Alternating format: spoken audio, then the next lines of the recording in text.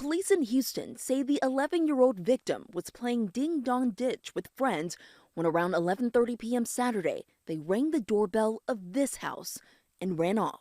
Shooting just occurred for a little boy that was shy.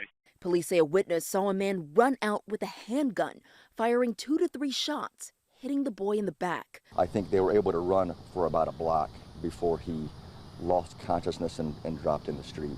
I believe he lives a block away. The boy pronounced dead at the hospital the next day. That's very, very devastating. It's an innocent life taken that he could have avoided. Police detaining a middle-aged man, saying they found a significant number of guns in the home. He has not yet been charged. In my opinion, that doesn't look like any type of self-defense. It wasn't close to the house, so it'll more than likely be a murder charge. This incident similar to a door-kicking challenge trend on social media. Police in Arizona say this video shows a group of kids participating in the challenge, kicking the front door of a home, targeting the location multiple times.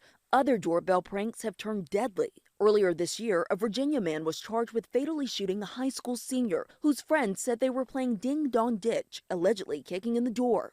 And in 2023, a California man was sentenced to life in prison for killing 3 teens, ramming them down with his car after they rang his doorbell and tried to run away.